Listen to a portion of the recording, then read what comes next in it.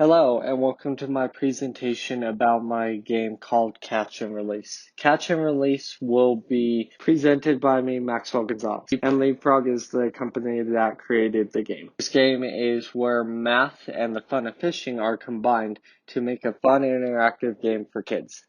Catch and Release works by players who are able to play the game are going to be presented a pond, and they are going to use their reel, so their fishing line, to catch fish, quote unquote, answers to a problem that's presented at the top of their screen. The way this works is when the player goes to catch the fish, if it is the right fish, they will automatically be able to reel in the answer.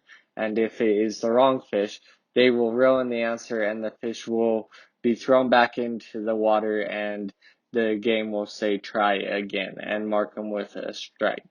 These strikes are just here to help players who are trying to just guess the answers, and what this feature is here to stop that by giving, if they get the question wrong 3 times in the same round, or like 3 different questions wrong in the same round, they will be presented with an example problem, which will feature a way to help the player figure out what they're doing wrong. Overall, this concept is here just to help players not cheat with the game. Okay, the next part is the genre. So the genre is like a trivia game because it is that the players making a selection and hoping that their selection is right. So they're being asked a question, the player is answering the question. The platform will be Leapfrog's platform. The game will be presented on Leapfrog's autonomy and Leapfrog utility programs. And then the look and feel of the game is going to be a 2.5 dimensions. So this overall for the game is like other games, Mario games, to like other Leapfrog games like Sonic the Hedgehog, stuff like that. Alrighty, now for the gameplay and mechanics of Catch and Release. The objectives of the game are divided up into a single player mode and a multiplayer mode. So the single player mode is just where players trying to catch as many fish as possible. So pretty much going through each level and finishing the levels as far as they can go. The multiplayer mode is a competition between 2 players. Multiplayer mode is only played on one device. The players take turns at a time and answer 8 questions. After the 8 questions, whoever answers the questions the fastest will win that round.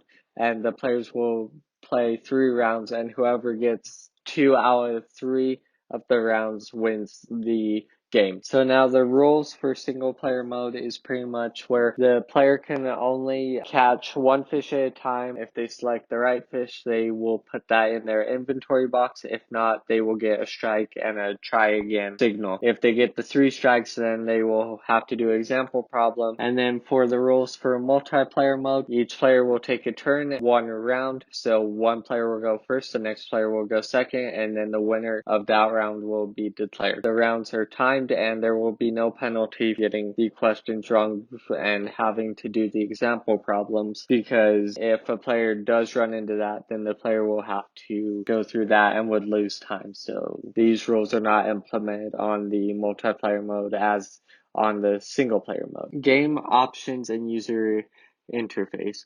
So the user will be able to select a grade. So this game is for kindergarten, first and second graders.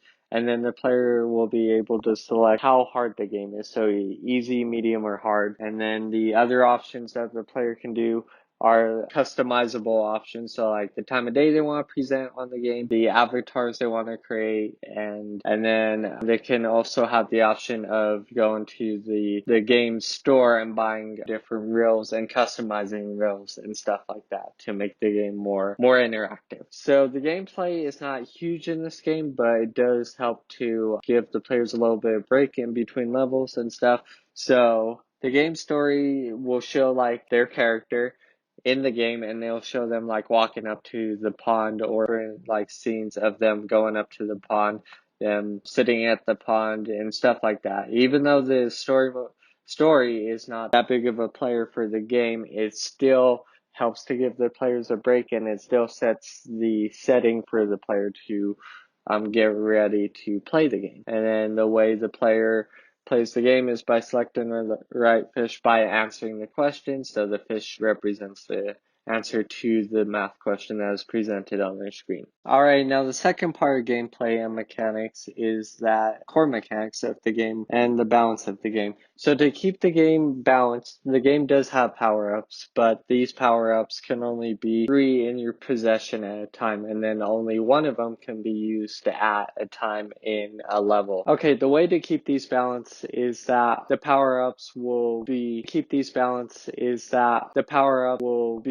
get. So when you go to use a power-up, you select where the power-up is in your inventory, and then like a wheel will come up. And then this wheel will spin around and it will select one of the power-ups that you have or it will select a power-up that the game offers. So like it can slow time, the timer, it can make your reel speed, so the way you throw your reel out into the water faster. For different levels, there are 12 different layouts for the game, so it can make the game fresh. And then the levels do not have like an overall end boss. It's just that the player keep doing what they're doing by answering the 8 questions and then moving on to the next level, and then the questions just get harder as it goes. For cheat codes and Easter eggs, there will be no shortcuts or cheat codes, because if a player does skip a part, or if they did skip a part in this game, they would become lost, because it's basically like in school, if you do skip a part in your class, those elements do stack upon each other, and they basically lead into you need to know one thing to go into the next thing to go into the next thing. Alright, now the next part of the presentation is the story, the setting, and the characters for Catch and Release. So the story, as I said before, the main story is that it's trying to explain that the character is visiting all these different ponds and stuff. So it's fill in the space of why the scene of a level has changed, basically. So then the player doesn't feel overwhelmed that the scene has changed and they don't know why it changed. And then the overall narrative and story is that the player is trying to catch as many fish as they can as they go through these levels. The character development is that the player can create their own characters, so it can affect race, eye color, hair length, the name of their character, and the clothing that their character is wearing.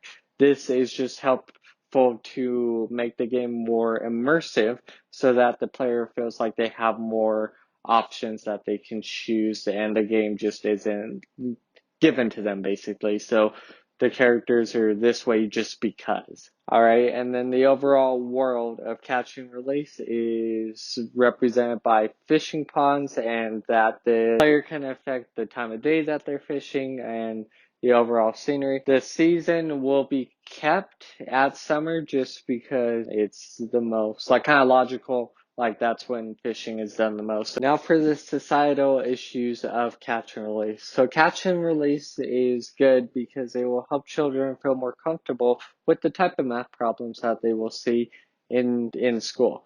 So the game helps bring the school setting, or like the school problems, into home life, so then they get extra practice at knowing how to do the problems, and they can do it better in the classroom. It also offers friendly multiplayer setting, which adds friendly competition, and the game can be downloaded to the Leapfrog's platforms that I've talked about earlier in this presentation. Okay, now the negative side of the game is that this game could be overshadowed by previous games that Leapfrog has made for their platform already. Also, the game has a lack of changing on the fly. So if across the country math changes for like kindergarten, first and second grade, and it's a big dramatic change that the game needs to incorporate, it will take a year or so for that incorporation to be updated into the game. The game doesn't follow exactly to a child's math that they learn in school. It will follow like the basics of what the child will learn in that overall course in kindergarten, first to second grade, but it won't get that specific. So there could be many subjects that are in the child's or in their course that the game will not cover. And then overall, how does the game help society? The game helps society by helping to relate math concepts to a fun interactive game of fishing, which helps children learn how to become more comfortable with math problems.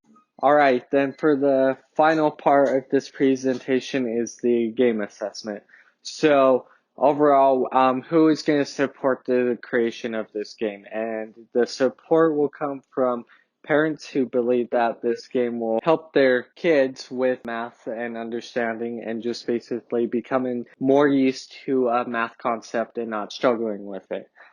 Teachers will believe that this game will help students become more proficient in math and they'll be able to understand subjects more, and it will help the teacher feel like they're still on track and that they are not falling behind because they have to help their students grasp the concept, because if they don't grasp it, then they will struggle with the course as it continues on. Students will support it because it is a fun interactive game where fishing and math is combined. So overall, it's going to be a fun game for the players because it has a lot of mechanisms that lets the player play how they kind of want to play, along with making the game fun and interactive for the player. So thank you for listening to this presentation and have a good day.